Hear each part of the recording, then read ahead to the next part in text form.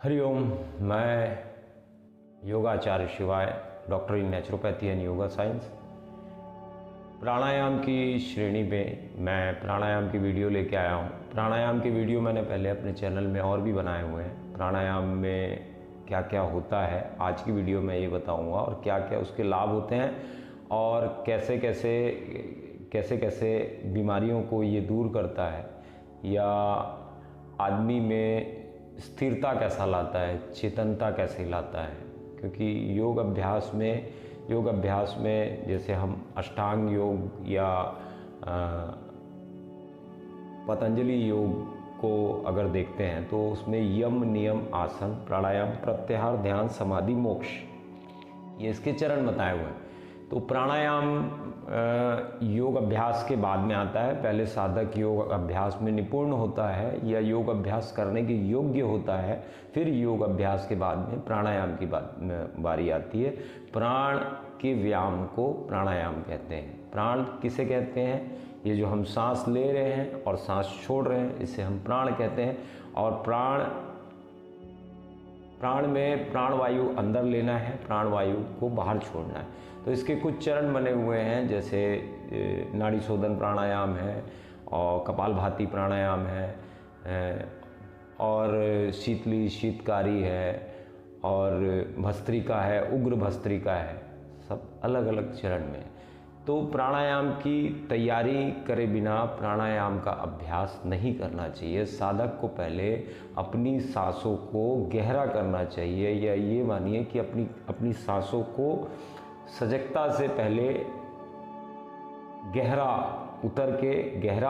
उतारने का अभ्यास करना चाहिए। तत्पश्चात उसे प्राणायाम के दूसरे अभ्यासों में जाना चाहिए। तो गहरा करने के लिए आपको यम नियम के अंदर मैंने पहले ही बता दिया हूँ कि आपको कम भोजन खाना है, और वो भोजन खाना है जो बहुत जल्दी आपके पाचन क्रिया में पच जाए, और अपनी दिनचर्या में ज़्यादा आराम नहीं लेके आना है, और सोने के टाइम पे सोना चाहिए, खाने के टाइम पे खाना खाना चाहिए, और उठने के टाइम पे उठना चाहिए। तो प्रकृति के अनुकूल होके अगर साधक चलता है या कोई व्यक्ति चलता है तो उसके परिणाम बहुत सुखद आते हैं। अब आगे बढ़ते हैं। प्राणायाम की तैयारी करने के लिए प्राणायाम में जो सबसे मुख्य बात है जो प्राणायाम की तैयारी में लगती है, वो है मेरुदंड के ऊपर काम करना, या पीठ या रीढ़ की हड्डी जो है वो सीधी होनी चाहिए। वो जितनी ज़्यादा सीधी रखेंगे उतनी ज़्यादा सांसें आपकी प्राणवायु तानदेन तक जाएगी, मतलब नाभि के नीचे तक, जहाँ प्राण तल होते हैं उसके नीचे तक जाएगी। नीचे तक लेके जाना नहीं है, वो अपने आप चले जाती है। साधक जैसे जैसे इस पे अपना जीवन व्यतीत करने लगता है प्राणायाम के अभ्यास में, धीरे धीरे ये सजग और बहुत सरलता से और बहुत गहरे तक प्राण तल तक जाना शुरू कर देती है। मेरुदंड बिल्कुल सीधा रखेंगे, सांस लेंगे, छोड़ेंगे। साधक जो सबसे पहली गलती करता है वो ये करता है कि वो जितनी सांस लेता है उतनी वो निकालता नहीं। मतलब जितना उसने पूरक किया, रेचक करने के समय वो आधा ही लेता है। इसको जीवन काल में साधक बहुत सामान्य की स्थिति पे देखता है, और सामान्य क्रिया पे इसको क्रिया की श्रेणी में इसको रखता है। लेकिन जैसा जैसे उसकी सांसें बाहर निकलनी छोटी होते जाती है, धीरे धीरे अशक्ति या बीमारियां या हमारे ऑर्गन्स में ऊर्जा या हमारे शरीर में लचीलापन या हमारे किसी भी कार्य पे वो प्रभाव डालते धीरे चले जाती है। तो आपको देखना है कि जब आप सांस लेंगे, गहरी सांस लेंगे, छोड़ें,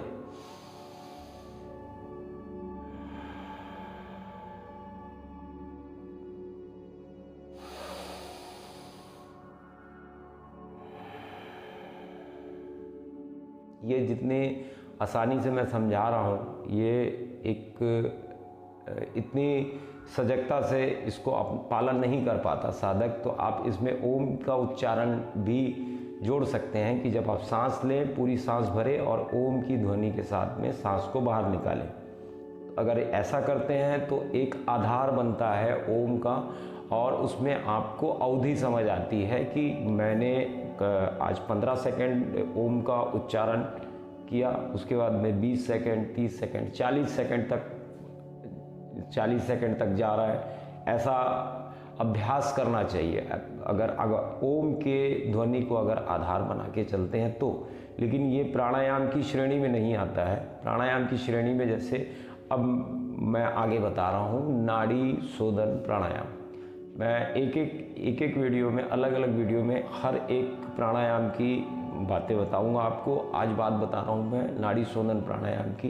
प्राणायाम के बारे में बताया मैंने कि कैसे प्राणायाम को करना चाहिए और मेरुदंड को किस अवस्था पे रखना चाहिए। ज़्यादा भी मेरुदंड को बिल्कुल उठा के नहीं रखना है।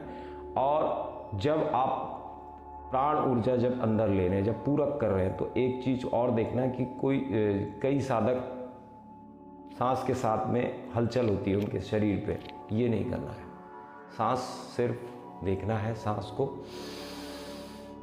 लेंगे, छोड़ेंगे, सांस लेंगे, छोड़ेंगे, सांस लेंगे, छोड़ेंगे। जब सांस छोड़ेंगे, पूरी सांस बाहर करेंगे, उसके बाद में दूसरा चरण होता है नाड़ी शोधन प्राणायाम का।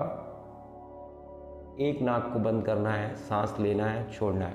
मैं अपने वीडियो में 3-3 बार इस क्रिया को कर रहा हूँ। आप अपनी क्षमता के अनुसार इसको 5 बार, 10 बार, जितनी आपकी क्षमता है आप कर सकते हैं। मैं 3-3 करके आपको बता रहा हूँ। एक नाक बंद करेंगे, गहरी सांस लेंगे और उसी से छोड़ेंगे।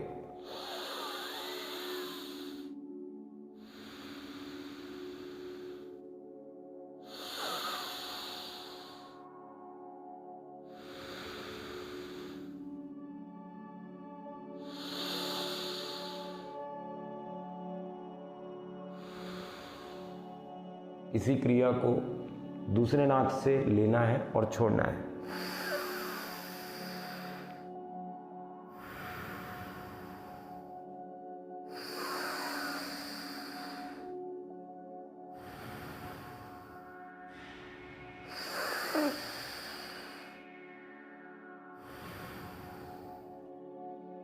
अब पहले से लेना है, दूसरे से छोड़ना है।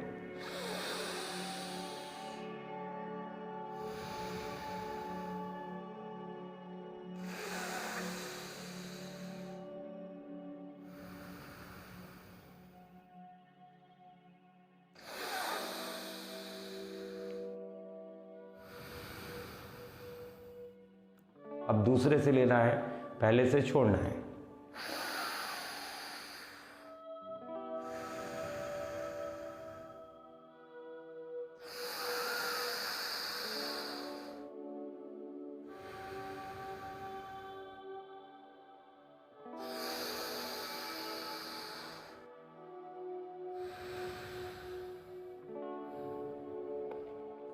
ये 3 चरण थे नाड़ी शोधन प्राणायाम के। पहले दोनों नाक से सांस लेना है, छोड़ना है, फिर एक नाक को बंद करना है, लेना है, छोड़ना है, फिर दूसरे नाक को बंद करना है, लेना है, छोड़ना है। पहले से लेना है, दूसरे से छोड़ना है, दूसरे से लेना है, पहले से छोड़ना है। अब लाभ की बात करते हैं कि ये किन किन बीमारियों में ये प्राणायाम सहायक होता है उसको ठीक करने में। तो सबसे पहले तो ये आप जैसे जैसे आपकी सांसें इसमें स्थिर होना चालू होती है, प्राणवायु ज़्यादा से ज़्यादा आपका शरीर लेना शुरू होता है, तो छोटी छोटी बीमारियां जितनी भी जो आपको परेशान करती है, जैसे नींद नहीं आना, नींद की समस्या से आप छुटकारा पा जाएंगे। आपको ईचिंग की समस्या, अगर खुजली और एक्जिमा और इस टाइप की कोई भी चीज़ है तो इससे भी आप छुटकारा पाएंगे। दूसरा, आपको अगर भूलने की अगर तकलीफ़ है, कोई चीज़ भूल जाते हैं आप, तो ये उसमें भी सहायक। इसके मैं बहुत कम लाभ बता रहा हूँ आपको, मैंने 2 से 3 लाभ बताया। अगर साधक इसको करता है तो एक चेतन मन के साथ अपना जीवन व्यतीत करने लगता है इनमें से अगर किसी भी साधक को अगर कोई भी तकलीफ होती है या नहीं भी होती है, अगर आप नाड़ी शोधन प्राणायाम अगर ऐसे ही करते हैं तो इसके परिणाम भी बहुत अच्छे और बहुत सुखद आएंगे। बहुत सारी बीमारियों पे ये काम करता है। मैं पहले भी अपने कई वीडियो में बोल चुका हूँ कि पहले आप करिए और उसके बाद में फिर लाभ को देखिए। पहले लाभ को अगर आप देखने या उसके बारे में ढूंढने बैठेंगे तो कोई किसी भी समस्या से आपको छुटकारा नहीं मिलेगा या दिशा निर्धारित नहीं कर पाएंगे आप। हरिओम, मैं योगाचार्य Shivay, doctor in naturopathy and yoga science.